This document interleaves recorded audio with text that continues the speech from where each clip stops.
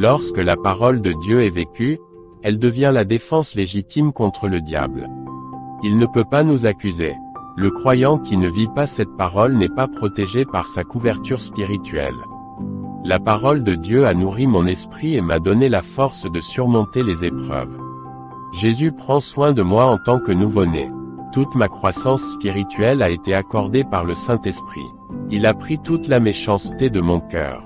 Il m'a libéré de tout péché qui m'empêchait de grandir spirituellement.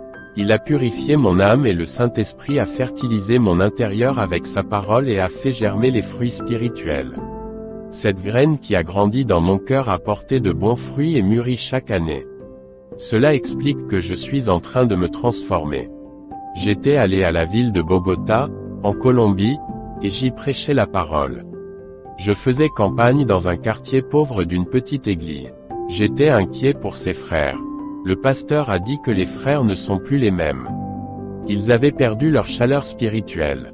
Ils ne prêchaient plus comme avant et ont accepté de vivre dans cette situation de péché. Certains membres de cette église sont partis à la recherche du feu qu'ils ont perdu et sont allés à d'autres ministères. Le défaut n'est pas dans l'église, c'est dans leurs attitudes. Ils sont tombés loin de la foi. Ils recherchent des églises qui peuvent allumer leurs flammes. Ils ne trouveront jamais ces flammes dans d'autres églises, s'ils ne se repentent pas de leurs péchés. S'ils cherchent le Seigneur en se repentant de leurs péchés, leur branche sèche redeviendra verte et leurs feuilles sèches tomberont et de nouvelles naîtront. Leurs branches s'épanouiront comme les fleurs de la tige d'Aaron, prouvant qu'il était saint et capable d'être choisi. La branche sèche n'a pas le Saint-Esprit. Il a soif de Dieu et cherche le moyen d'étancher sa soif. Il n'a pas de consolateur qui puisse le remplir. C'est mourir spirituellement. Si Jésus est la vie, c'est le croyant qui meurt. C'est un signe qu'il est loin de la source de vie capable d'étancher sa soif. Beaucoup me disent, « N'avez-vous pas peur d'être assassiné par ce que vous dites ?» Je leur répondis, « Ma sécurité n'est pas de me fier à moi, mais à celui qui m'a donné la vie, seulement à celui qui peut la supporter. J'ai la conviction qu'il est avec moi et qu'il me délivrera de tout mal. » Quand j'ai eu fini de parler, un homme est entré avec une arme à la main et dit, « Prouvez que vous êtes de Dieu, vous mourrez pour lui aujourd'hui. Si vous voulez vivre, reniez votre Dieu. » Je lui criai, « Satan, écoute ici, ce territoire n'est pas le tien, tu l'as perdu. À partir d'aujourd'hui, je déclare ta défaite. » Le garçon a pointé le fusil et ajouta, « Aujourd'hui, vous allez mourir. Vous pouvez tirer, aucune balle ne sortira de votre arme. Ma vie appartient à Dieu. La clé de la mort est entre les mains de Jésus, lui seul peut me tuer. » Quand j'ai commencé à prononcer ces mots, ce jeune homme est tombé diabolisé. Il tremblait, avait l'air d'être en convulsion. J'ai chassé les diables en lui, il y en avait des légions dans ce corps. Le pasteur de cette église déclara, « Ce garçon n'est pas le premier, d'autres étaient venus ici et avaient fermé l'église, vous êtes le premier à frapper de front. » J'ai prié pour ce garçon et il a accepté Jésus.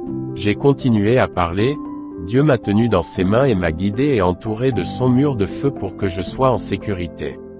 Je suis en sécurité en lui. Et je serai libre de tout danger. Je suis entre ses mains. Je ne peux pas tomber.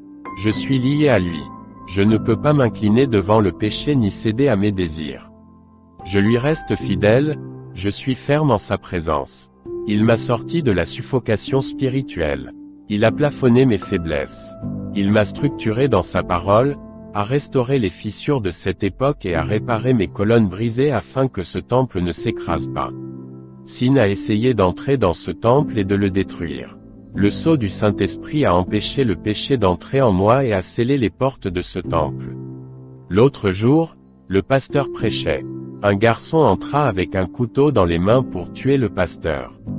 Le pasteur était terrifié. Je suis allé au milieu d'eux et dit, « Au nom de Jésus, tu es paralysé. » Ce garçon avait levé la main pour poignarder le pasteur. Son corps était paralysé comme une statue. J'ai respiré et il est tombé. J'ai expulsé le diable. Ce garçon était délivré. Une autre tentative de mort et une autre délivrance par Dieu. Grâce à Jésus, ma connaissance du monde est devenue différente de celle que j'avais auparavant. Aujourd'hui, je vois des gens qui ont l'air miséricordieux. Ce n'est plus le regard de mépris mais un regard d'amour. Un air de vouloir les sauver. Le regard de Dieu est en moi. Le monde est l'image du péché, tout ce qui se passe mal en lui est la conséquence du péché. Si le monde entier se repentait et ne pratiquait plus de péché, il n'y aurait pas autant de mal et de catastrophes.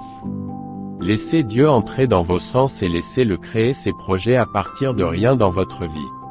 Comprenez Jésus, connaissez-le, plongez dans les eaux spirituelles profondes.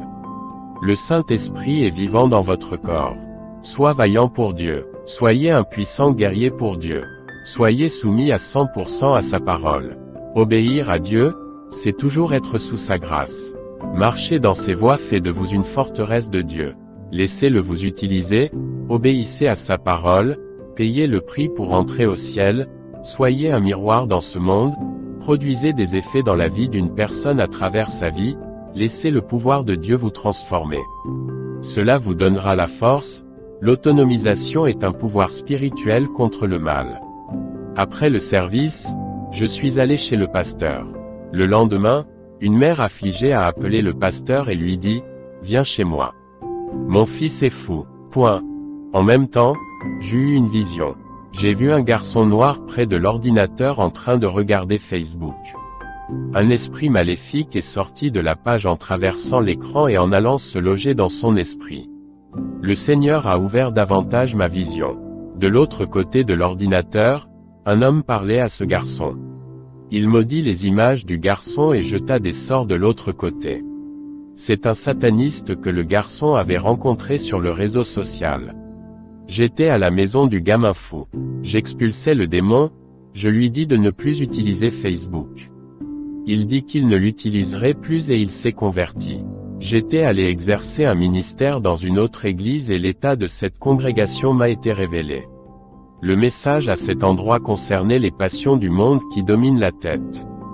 D'autres frères prennent de mauvaises décisions quand ils sont nerveux et ont un bouleversement émotionnel. Tout cela prend leur raison, les laisse irrationnels, sans équilibre mental, indomptables et explosifs. La prière amortira leur chair et apprivoisera leurs émotions. Les faux prophètes les avaient trompés parce qu'ils ne connaissaient pas la parole de Dieu. Ils n'avaient aucune compréhension de la parole. Ils étaient des auditeurs et non des faiseurs. Ils n'ont pas laissé le Saint-Esprit les utiliser. Ils ne l'ont pas laissé commander et exercer son ministère. Je les ai exhortés à se préparer, examiner leur vie, se corriger et d'obéir à l'appel. Faire les volontés de Dieu et faire ce que Dieu veut, être un instrument entre les mains de Dieu. Être utile pour le travail de Dieu. Il est temps de planter pour que le Christ récolte ses fruits. Soyez un agent de l'œuvre de Dieu, et Dieu vous donnera des ressources célestes pour atteindre les âmes. Quand le culte à l'église était terminé, je retournais là où j'étais. Arrivé là-bas, je fléchissais mes genoux et je priais sans cesse jusqu'à 4 heures du matin. Je sentis mon corps exploser d'onction, l'électricité m'envahit. Et je fus tombé face contre terre. Mon esprit fut parti. L'ange Gabriel vint à ma rencontre. Il me dit, « Kenzo, es-tu prêt pour une autre expérience ?» Je le suis, lui répondis-je. Des aiguilles. Nous sommes montés au ciel. La porte céleste s'ouvrit et nous entrâmes au paradis, comme je désirais retourner à cet endroit. Les anges du ciel me reçurent. Je ne le savais pas, mais mon nom était populaire au ciel pour les œuvres que j'ai faites sur terre et pour la vie que j'ai vécue sur terre. Les faux prophètes, malgré leur renommée sur terre, leurs noms ne sont pas mentionnés au ciel. L'ange me dit, « Satan veut détruire l'Église par le péché. Dis-leur de rejeter le monde que Satan offre. Dis-leur de faire mourir la volonté de la chair et leurs désirs spirituels. Ceux qui sont en Christ doivent mener une vie sainte. Aucun mal ne vous atteindra, ni la sorcellerie ne peut vous blesser, parce que la sainteté est en vous. Dis à l'Église de faire la charité. Portez assistance aux opprimés et ceux qui en ont besoin. La personne que vous aidez aujourd'hui pourra vous aider demain si vous avez de la gratitude. Dis-leur de donner sans attendre quelque chose en retour. Soyez généreux et ne cherchez pas de récompense vous-même, car la rétribution viendra de Dieu, sur terre sinon, au ciel. Salomon. Mon serviteur, tu as toujours eu des doutes sur le salut de Salomon. Aujourd'hui, je vais te révéler où se trouve Salomon, me dit-il. Jésus et moi, nous commençâmes à marcher dans les rues dorées du ciel. Nous longions près des bâtiments dorés qui sont les maisons des saints. Je vis des jeunes hommes avec leur corps resplendissant. Je vis Isaac, Job, Samson et Élie. Nous continuons à marcher et je vis Marie-Madeleine, Anne et Élisabeth. Ils étaient tous beaux et leurs visages reflétaient la gloire. Nous arrivâmes à un endroit où je vis le roi Salomon. Ses robes blanches reflétaient le blanc de la justice. Je vis aussi Jacques et Jean-Baptiste. Tout le monde était heureux avec des beaux sourires.